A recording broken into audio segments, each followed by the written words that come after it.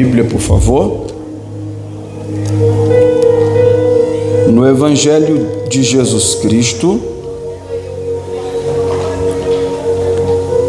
que Marcos escreveu.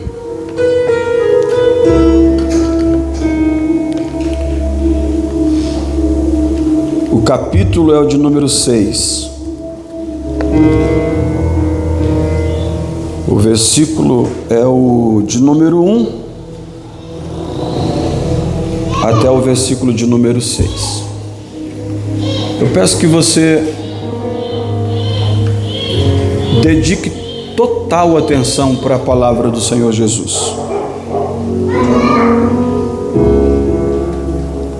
Todas as pessoas que me procuram para contar um testemunho de milagre, a história é a mesma. Primeiro, o Senhor Jesus falou com essa pessoa entendendo, recebeu essa palavra, e essa palavra foi uma espécie de adubo na fé dessa pessoa, e essa pessoa encontrou e foi alcançada por um grande milagre. Se você encontrou, por favor, diga glória a Deus. Está escrito assim: e partindo dali, chegou à sua pátria. E os seus discípulos o seguiam, e, chegado ao sábado, começou a ensinar na sinagoga. Muitos, ouvindo, se admiravam, dizendo: de onde vêm estas coisas, e que sabedoria é esta que lhe foi dada? E como se fazem tais maravilhas por suas mãos? Não é este o carpinteiro, filho de Maria, e seus irmãos Tiago, José, Judas, Simão? E não estão aqui conosco suas irmãs?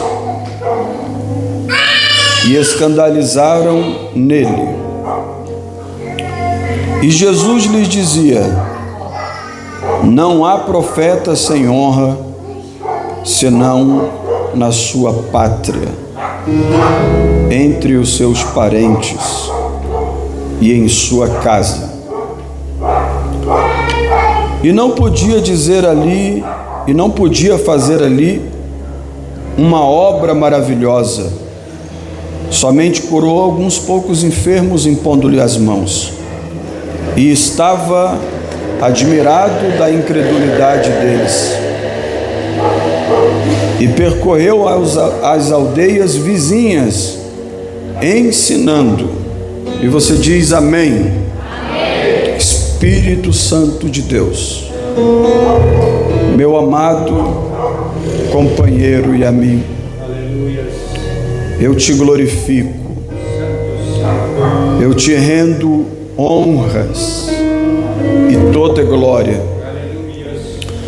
E eu peço encarecidamente a tua ajuda para que eu possa pregar a tua palavra. Na medida que a tua igreja estiver ouvindo e entendendo a tua palavra, que a tua igreja sinta a tua presença, e ao sentir a tua presença, que a tua igreja possa glorificar o teu nome.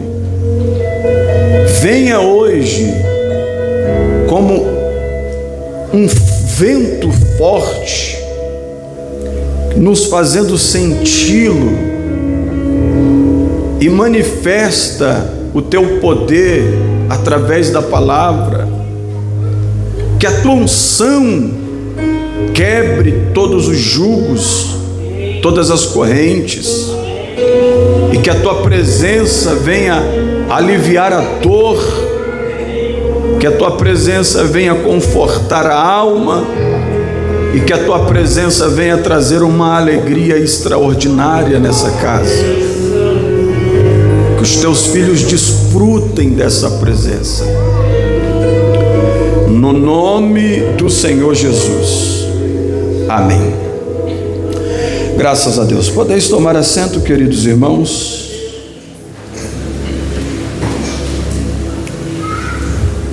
Meus filhos, desde que você acordou, muitas coisas aconteceram para que você não estivesse na casa do Pai. E até depois que você chegou, muitas coisas estão acontecendo para que você não compreenda o que o Pai quer falar com você. Se você tem ouvidos, há uma palavra que diz: quem tem ouvidos, ouça o que o Espírito diz às igrejas. A verdade é que se você não compreender o que é dito, você não vai dar um passo à frente, passar de fase, evoluir, crescer. Mas se você compreender o que o Senhor Jesus está dizendo, você vai tomar posse de um novo tempo para a sua vida. Meus filhos, veja só o texto que nós lemos aqui. Leva na salinha. Veja só o texto que nós lemos aqui. O Senhor Jesus, Ele foi visitar a sua cidade natal. Porque você sabe que o Senhor Jesus, Ele nasceu em Belém. Foi na aldeia em Belém. Mas, quando o rei Herodes quis assassinar todas as crianças que nasceram naquele tempo, Jesus, um bebê com a sua família, passou um tempo no Egito. E depois, por divina revelação, ele voltou para Israel e foi criado em Nazaré. Em Nazaré, Jesus deu seus primeiros passos. Em Nazaré, Jesus, quando menino, aprendeu as primeiras palavras. Em Nazaré, ele assumiu a sua adolescência, se tornou um jovem trabalhador. E segundo o relato aqui que acabamos de ler, Jesus ajudava a sua família num trabalho da carpintaria.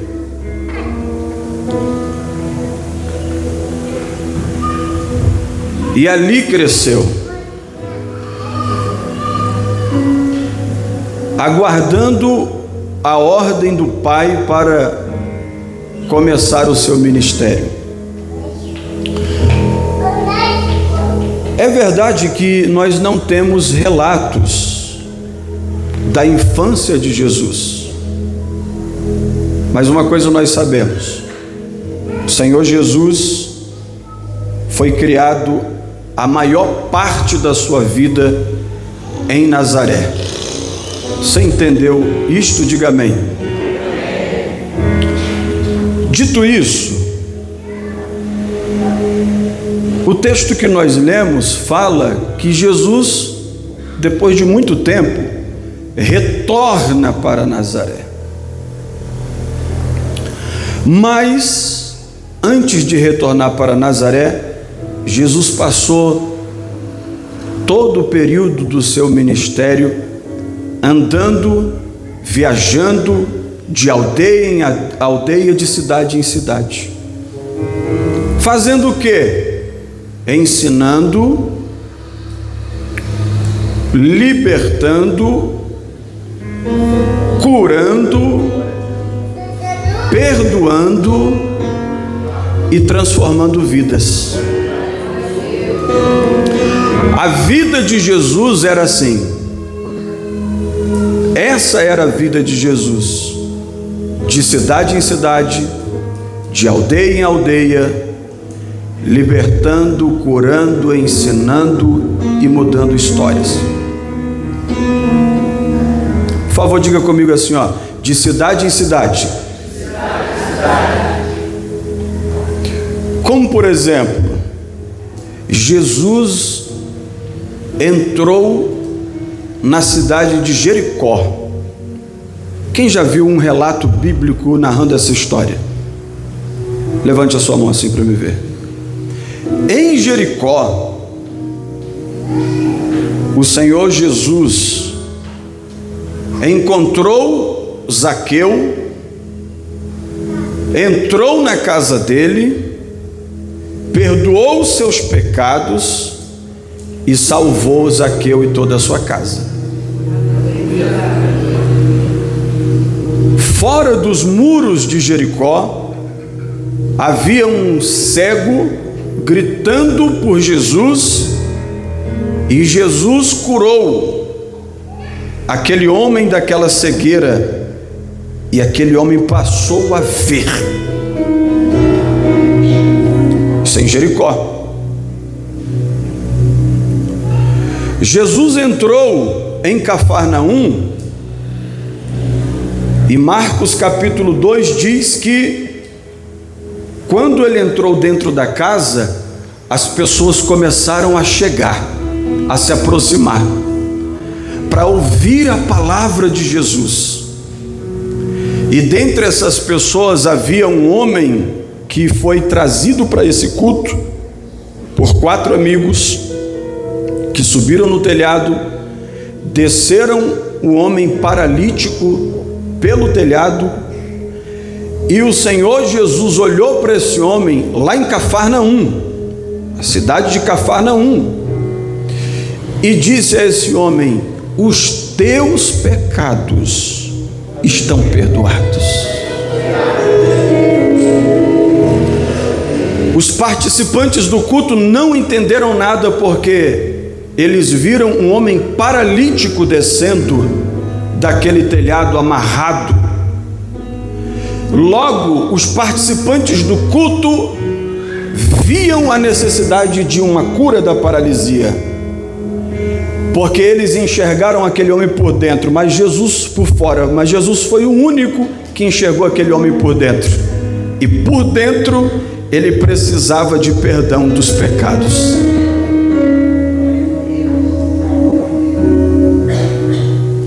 E primeiro Jesus fez um milagre por dentro do homem. Diga amém. Amém. Depois o Senhor Jesus disse para ele, em Cafarnaum: levanta, toma tua cama, anda. E aquele homem foi curado daquela paralisia. Isso na cidade de Cafarnaum. Outra cidade agora, em Betânia, João capítulo 11. Jesus recebe a notícia que o seu amigo Lázaro havia morrido. Jesus chega em Betânia depois que Lázaro havia morrido há 4 dias, e pergunta: aonde colocaram Lázaro? Ah, Senhor, se o Senhor estiver... Eu estou perguntando aonde colocaram Lázaro. Ah, Senhor, mas o Senhor está atrás. Eu estou perguntando aonde vocês colocaram meu amigo Lázaro. E apontaram para um lugar de sepulcro. E quando Jesus se aproximou, em Betânia, Jesus disse assim: Lázaro, saia para fora. E depois de 4 dias mortos lá em Betânia, Lázaro ressuscitou e voltou a viver.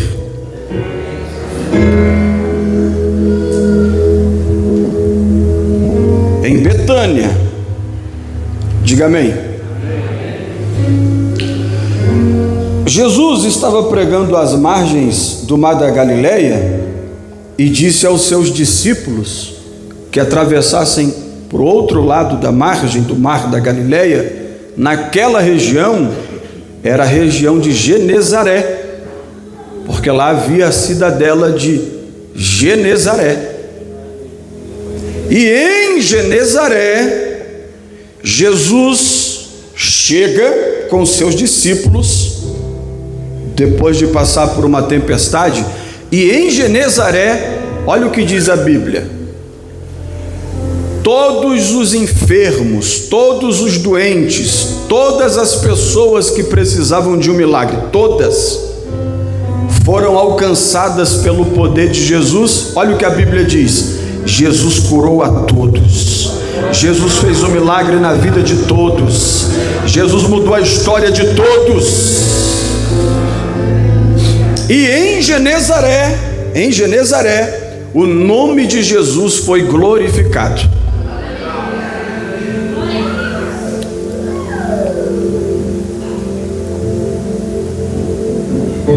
Dessa margem para outra margem, navegando, era a região de Decápolis. Então Jesus atravessa com seus discípulos uma outra região para um conjunto de 10 cidades, a qual uma dessas 10 cidades se chamava Gadara. Qual é o nome da cidade aí, meu filho? Não, então, tá vendo? Qual é o nome da cidade, igreja? Gadara. E na cidade de Gadara, a Bíblia diz que havia um homem que ele era possesso, morava dentro dele aproximadamente 6.000 espíritos malignos.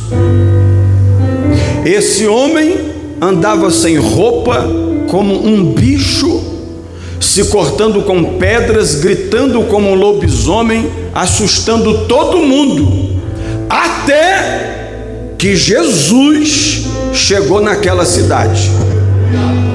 Até então aquela cidade era uma cidade apavorada, uma cidade amedrontada, uma cidade que vivia sob pânico. Mas quando o Senhor Jesus saiu da embarcação e colocou o pé naquela cidade em Gadara, a Bíblia diz que esse homem, com cerca de 5 a 6 mil espíritos malignos dentro dele, veio correndo, descendo das montanhas, se prostrou aos pés de Jesus, e o espírito mau que estava na boca dele, na vida dele, disse: o que o Senhor veio fazer aqui nesse lugar? Como que se estivesse dizendo: essa cidade, essa região, esse pedaço de terra, essa família e esse homem são propriedades minhas. Por que o Senhor veio? Aleluia! Por que o Senhor veio? Para mudar a história da cidade de Gadara, para mudar a história da família desse endemoniado, para mudar a história desse endemoniado de uma vez por todas. A Bíblia diz que Jesus expulsa esses demônios entram em uma manada de porcos que haviam na região, e esses porcos se suicidam, se lançam do precipício e morrem no abismo. Isto aconteceu em Gadara. Diga amém. Todos esses milagres têm uma coisa em comum: aconteceu longe da cidade que Jesus foi criado. Até que chegou o dia que Jesus vai visitar a sua cidade, seus parentes, seus antigos amigos e as pessoas que conheciam Jesus. Jesus chegou em Nazaré. Você pode repetir isso com força, por favor? 1, 2, 3. Jesus chegou em Nazaré. Agora, para ficar bonito, os homens digam Jesus. Ficou feio demais. Agora, para ficar bonito, as mulheres. Jesus chegou em Nazaré. Homem, parece que isso a gente já nasce com defeito de fábrica, né, gente? Homem já nasce defeituoso mesmo, tem jeito. Vai lá, os homens. 1, 2, 3. Jesus chegou em Nazaré. Tem muito homem aqui para pouco a voz, hein? Vamos de novo? Jesus chegou em Nazaré. As mulheres. Jesus chegou em Nazaré. Todo mundo junto. 1, 2, 3. Jesus chegou em Nazaré.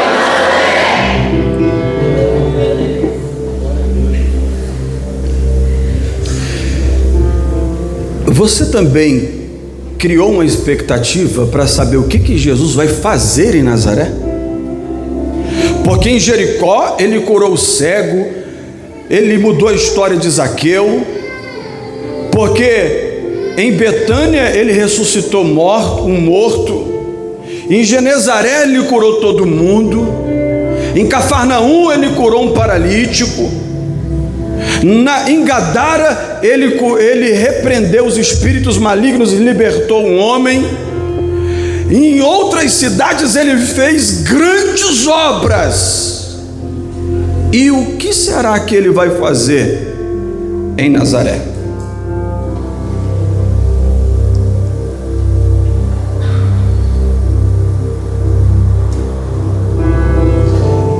Queridos irmãos, você pode imaginar Jesus chegando em Nazaré? Porque quando ele chegava nas outras cidades, logo as pessoas se aglomeravam perto dele. Quer ver uma coisa? Olha como Jesus era honrado, amado, glorificado. Jesus estava pregando em uma outra oportunidade na praia, ali na região do Mar da Galileia, e ele quis orar sozinho. Então o que ele fez? Ele pegou um barco, por favor diga, pegou um barco, para chegar bem rápido, irmãos, a um lugar deserto, para ir orar sozinho. Só que eu vou te fazer uma pergunta. Tem algumas pessoas na praia e algumas pessoas no barco. Naquela época não era motor, era vela, não é? O vento ajudava. Caminhando, saindo os dois para o mesmo destino, quem chega primeiro? As pessoas a pé ou o barco? O barco. Só que, Rafa, olha o que aconteceu com Jesus. Quando Jesus chegou onde ele queria chegar, olha o que diz a Bíblia: já estava uma multidão esperando ele chegar. Pastor, explica isso. Explico. Quando Jesus disse assim: gente, fiquem na paz, que o amor de Deus, a minha graça e o Espírito Santo fiquem com vocês. O culto de hoje está terminado, até a quinta-feira da vitória. Eu preciso ir para casa descansar. Quando Jesus chegou no lugar aonde ele queria descansar, a mesma multidão já tinha chegado primeiro que ele, dando a entender que enquanto Jesus ia pela força do vento e as velas, aquelas pessoas estavam correndo para chegar onde Jesus ia chegar, para não perder a presença, a palavra e a companhia de Jesus.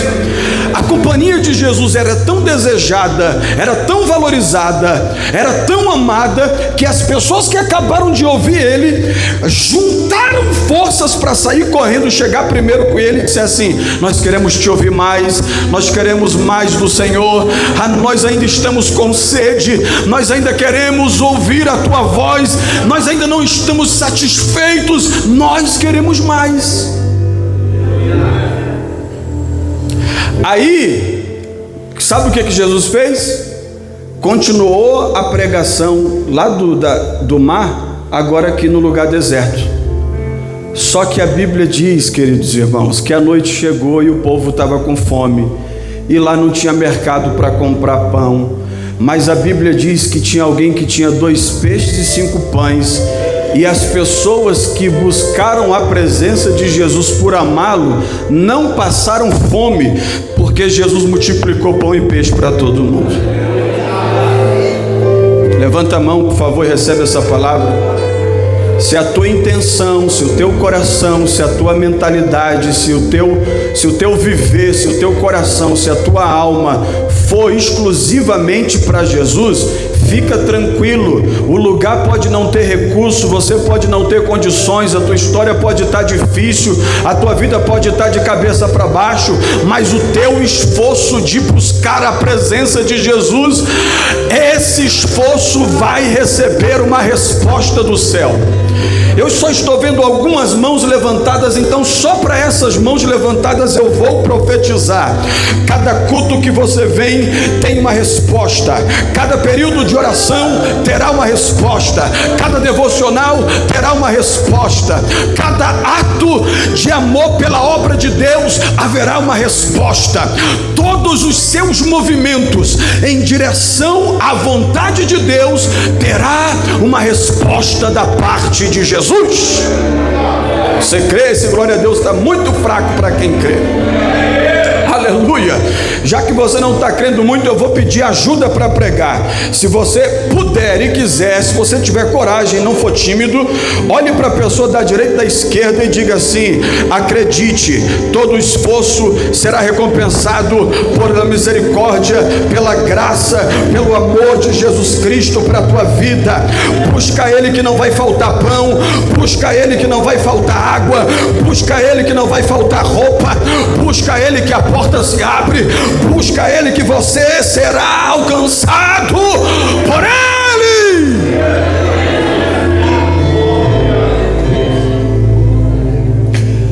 Aleluia. Eu estou literalmente percebendo a presença do Senhor Jesus aqui nesse culto. Por favor, diga comigo: Jesus chegou em Nazaré.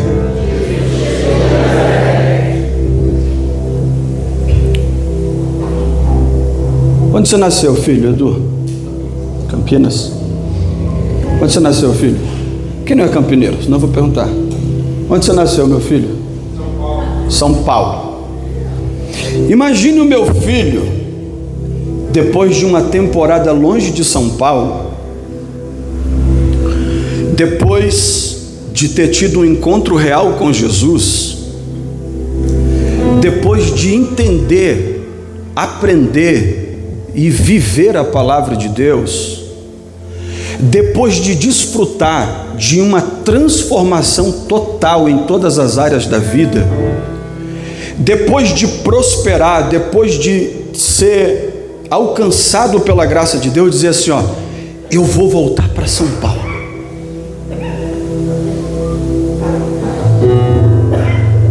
Quando ele voltar para São Paulo, as pessoas que conheciam ele vai achar que ele é a mesma pessoa,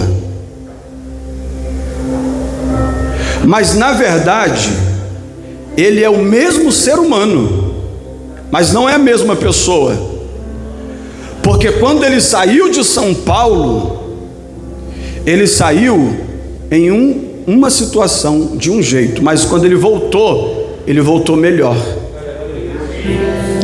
Então, não é a mesma pessoa. Quer ver uma coisa? Se ele saiu de São Paulo com 13 anos e agora vai voltar adulto, não é a mesma pessoa. Saiu uma criança, está voltando um homem. Se ele saiu de São Paulo muito pobre, com uma vida muito escassa, mas prosperou em Campinas, voltou para São Paulo, não é a mesma pessoa. Já é um homem rico, bem sucedido. Por favor, diga: Jesus voltou para Nazaré. Eu saí do Rio de Janeiro, do Morro da Boa Vista, há mais de 20 anos, e o ano retrasado ou passado, não lembro, eu retornei lá com a minha família, e quando eu cheguei lá no Morro da Boa Vista, e no Rio de Janeiro, que eu vi um dos meus amigos antigos, ele olhou e falou: Badejo! Aquilo me soou estranho, porque eu já fui o Badejo. Só que o Badejo daquela época, eu não vou nem comentar que tipo de ser humano que era, que tipo de pessoa que eu era. E aí, quando eu comecei a conversar com essa pessoa, com esse amigo meu, talvez ele, de alguma forma, essa mensagem vai chegar nele. Ele falou assim para mim: como você está diferente, como você fala diferente, eu vejo Deus na sua vida. Eu não entendo o que aconteceu, parece que é uma outra pessoa. Por favor, diga: Jesus voltou para Nazaré. Aí, gente, diferente das outras cidades, eu não acredito. Meu Deus do céu. Oh, meu Deus do céu.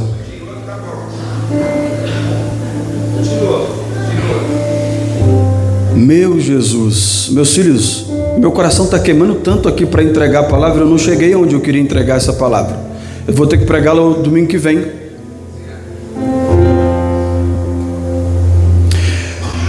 Mas quando Jesus chegou em Nazaré, não tinha uma multidão o recebendo, não tinha pessoas para recepcionar, não tinha ninguém para cercar ele. Ele chegou como uma pessoa qualquer. E a Bíblia diz que no sábado ele foi fazer o que ele mais amava fazer. A Bíblia diz: Jesus foi para a sinagoga em Nazaré para ensinar a palavra. Oh, glória a Deus, aleluia. Veja que ele não está cercado, a casa que ele está não está sendo invadida de pessoas, não há uma multidão, mas ele está vivendo a vida dele normal, porque ele sabe quem ele é. Ele vai para a sinagoga para ensinar. E o verso de número 2, de onde nós lemos, é aqui que eu queria começar. O verso 2 diz assim: que enquanto Jesus ensinava nas sinagogas, as pessoas disseram assim: nós estamos admirados com tamanha sabedoria.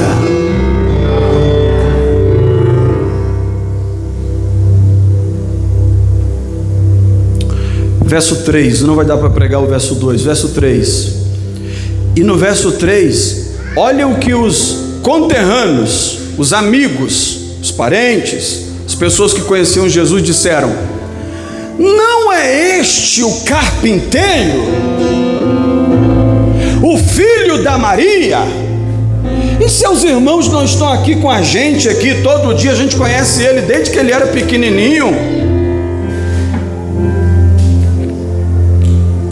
E a última frase diz assim: e escandalizavam-se nele.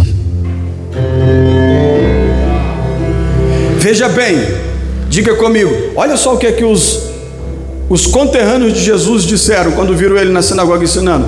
Diga comigo: não é esse o carpinteiro? Filho da Maria?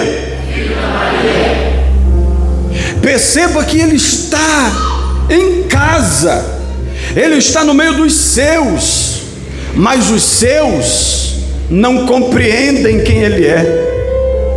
Acham que é aquele mesmo jovem que trabalhou na carpintaria, aquele mesmo jovem que andou pelas ruas. Eles não receberam a revelação que Jesus é o Filho de Deus, que chegou a essa terra para salvar toda uma humanidade. E por onde ele passava ensinando o reino dos céus, também ele curava pela sua infinita misericórdia. Aleluia. Queridos irmãos, você concorda comigo que esse elogio aí, ou essa palavra, Jesus, que sabedoria, ele é o filho do carpinteiro, ele é um carpinteiro qualquer, é filho da Maria. Você concorda que essa palavra vem carregada não de um elogio, mas de um desdenho de Jesus? Esse é só Jesus, esse aí é só Jesus. Por quê? Porque as pessoas, elas têm dificuldade, meus irmãos, de reconhecer o que Deus fez na vida de alguém. A maioria das pessoas tem dificuldade de reconhecer, de glorificar Deus, quando Deus muda a história da sua vida. As pessoas geralmente, elas vivem num ciclo vicioso, e quando você sai desse ciclo, as pessoas ficam até com raiva, porque o que elas queriam era que vocês estivessem na mesma situação que elas. Olhe para cá, por favor, era para você receber essa palavra, porque tem gente que tem dificuldade de reconhecer que você não é a mesma pessoa, que Deus entrou na tua vida, que Deus mudou a tua história, que Deus perdoou seus pecados, que te deu um banho de sangue, que te lavou e te banhou com a misericórdia, que abriu portas e portas e mais portas, e que está fazendo uma obra linda na sua vida. As pessoas têm dificuldade de reconhecer que você não é a mesma, que você não é o mesmo, que você carrega Deus na sua vida. Olhe para cá, prepare um glória a Deus para me encerrar em pelo menos 5 minutos. Olhe para cá, as pessoas que conheciam Jesus em Nazaré diziam: é um carpinteiro, é só o filho da Maria. Mas isso era a concepção deles, porque quando Jesus entrou em Jericó, o cego disse: quem está entrando nessa cidade não é um homem qualquer, é o filho de Davi. Aleluia! Para quem morava em Nazaré, era um carpinteiro qualquer, mas para um homem que não enxergava, dizia: tem linhagem real, é a descendência de Davi, é aquele que vai reinar sobre as nações, é aquele quem vai salvar a humanidade, ele é o filho de Davi. Aleluia! Longe de casa, quando Jesus se encontrou com Nicodemos, um doutor da lei, você sabe o que Nicodemos falou? Disse para Jesus: tu és mestre em Israel. Eu reconheço que tu és mestre em Israel. Eu gostaria que você entendesse isso e não fizesse pouco caso de Jesus, só porque Jesus é pregado, é falado em cada esquina da cidade, só porque tem um pouco de conhecimento de quem foi Jesus. Você não pode fazer um pouco caso de Jesus, você precisa valorizar, porque ele não é só um carpinteiro, filho de Maria. Não, a Bíblia diz no Salmo 23, ele, o Senhor, é o nosso pastor. Aleluia! A Bíblia diz no Salmo 46, ele é o nosso socorro e refúgio e fortaleza, bem presente na hora da angústia. Oh, glória a Deus! Ele é Deus, ele é o Salvador. Valorize-o, honre-o, respeite-o. E eu queria tanto pregar, irmãos, você acredita? Mas eu vou ter que ir para casa com isso aqui entalado e o coração queimando, porque eu sei que você não vai aguentar mais 40, 50 minutos, mas eu quero que você vá para a sua casa com essa palavra. Não é sobre o que Jesus pode fazer, é sobre como você entende quem é Jesus para você. Porque fazer, ele pode tudo, mas a forma que você entende quem ele é determina se você passa de fase ou não, muda de vida ou não, é abençoado ou não, recebe o milagre ou não, é transformado ou não, vira gente ou não. Porque se Jesus for só um carpinteiro, muito obrigado pela sua presença nesse culto, esse foi só mais um. Mas se Jesus é Rei dos Reis, tem respeito, tem honra, tem dedicação, tem entrega total. Que Ele pode fazer, Ele pode. Mas o que você fará com o que Ele fará na sua vida? Como você entende Jesus? Quem é Jesus para você?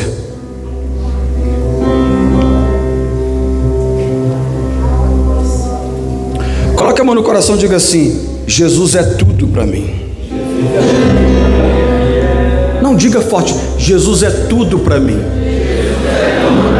Olha, não é sobre o que Ele pode fazer. Quando um leproso ajoelhado aos pés dele buscou um milagre, ele não disse assim: Jesus, o Senhor pode fazer algum milagre na minha vida?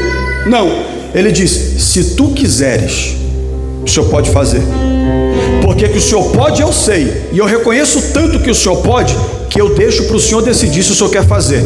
Porque nessa história eu sou o servo e o Senhor é o Senhor dos senhores. Por que tem muitas pessoas que já acostumaram, continuam com os mesmos problemas, com os mesmos vícios, com as mesmas histórias, com os mesmos defeitos, continua sem conseguir mudar em nada, continua sem evoluir em nada? Como é que você está enxergando Jesus? Por exemplo, eu anotei aqui: se Jesus for um médico para você, só porque Ele cura, você vai se consultar com Ele 2 vezes por ano. Não é isso?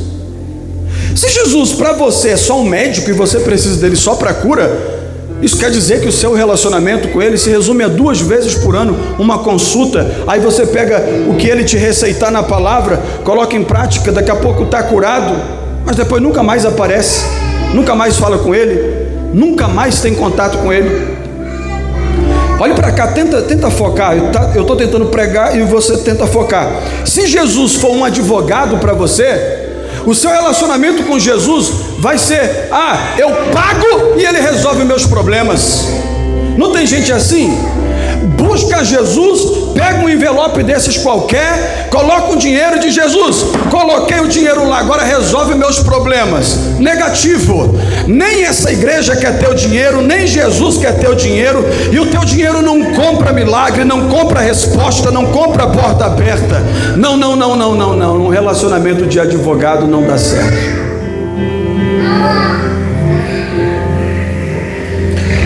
Se o seu relacionamento com Jesus for o mesmo relacionamento que você tem com a sua mãe, que a sua mãe faz tudo por você e dá tudo na tua mão, também não dá certo. Porque tem pessoas que têm essa mentalidade: você conhece Jesus? Sim, conheço, entreguei a vida para Ele e frequento os cultos de domingo na casa do Pai. Mas o que Jesus é para mim? Algo semelhante à minha mãe. Ele tem que fazer tudo por mim e me dar tudo o que eu quero, na hora que eu quero, senão eu faço biquinho, saio da igreja, abandono tudo, jogo tudo pro alto e não volto nunca mais. Porque o seu relacionamento com Jesus não é um relacionamento baseado como se fosse um relacionamento com a sua mãe. Tapinha nas costas, passada de pano, proteçãozinha sem necessidade, conivência com suas imoralidades, seus pecados, suas más decisões. É só com a mamãe. No reino de Deus não. Jesus te pega, Jesus te muda, Jesus te transforma. Jesus...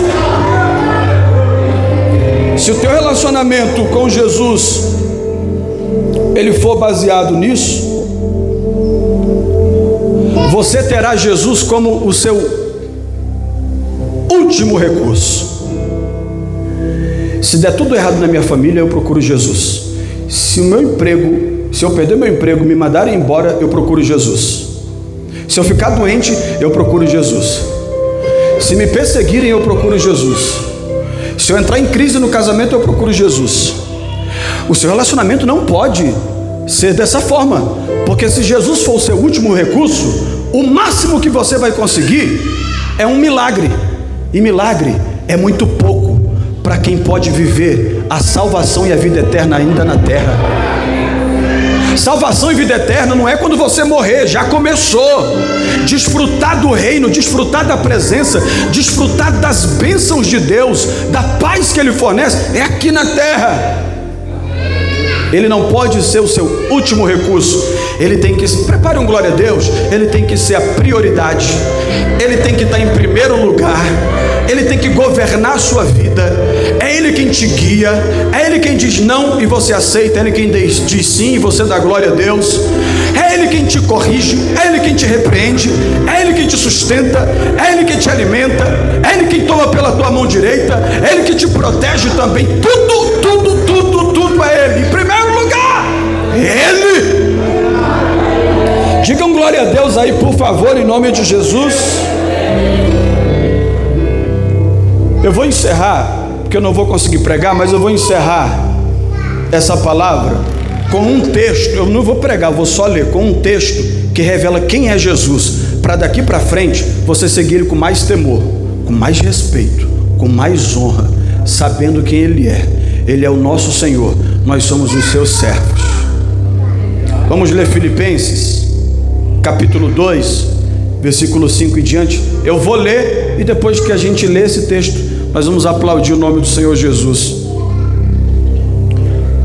Está escrito assim, prepare um glória a Deus: de sorte que haja em vocês o mesmo sentimento que houve também em Cristo Jesus, que, sendo em forma de Deus, não teve por usurpação ser igual a Deus, mas aniquilou-se a si mesmo, tomando a forma de servo, fazendo-se semelhante aos homens. É aí que Nazaré se enganou. E achado na forma de homem, humilhou-se a si mesmo. Foi aí que os nazarenos se enganaram. Aleluia. Sendo obediente, foi aí que os nazarenos se enganaram, até a morte, e morte de cruz. Aleluia. Pelo que também Deus o exaltou soberanamente e deu um nome que é sobre todo nome, para que ao nome de Jesus se dobre todo o joelho dos que estão nos céus, dos que estão na terra, dos que estão debaixo da terra. Todos os joelhos se dobrem, aleluia, aos pés de Jesus Cristo de Nazaré, e toda língua confesse que Jesus Cristo é o Senhor. Quem pode adorar o Senhor? Quem pode adorar o Senhor? Quem pode adorar Jesus? Respeite-o, honre-o, priorize, entregue a Ele a honra, entregue a Ele a glória. Ele não é teu empregado para fazer o que você quer, Ele é o teu Senhor. Seja fiel a Ele.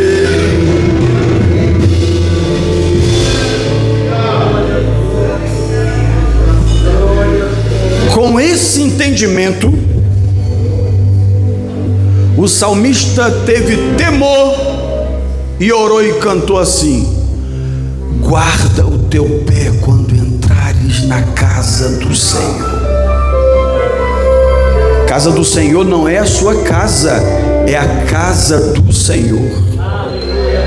Para entrar, entra com respeito, para sair, sai com respeito, para sentar, senta com respeito, para se movimentar, se movimenta com respeito, tudo com respeito, porque nós não estamos diante do senhor Luiz Inácio Lula da Silva, e nem do senhor Donald Trump, muito menos do senhor Xi Jinping, muito menos de Vladimir Putin, muito menos de Kim Jong-un. Nós estamos diante daquele que todos dos que estão nos céus, na terra, embaixo da terra, vão ter que reverenciar. Por isso, meu irmão, tenha um relacionamento com Jesus de pai para filho 24 horas por dia. Você pode aplaudir o rei de Israel?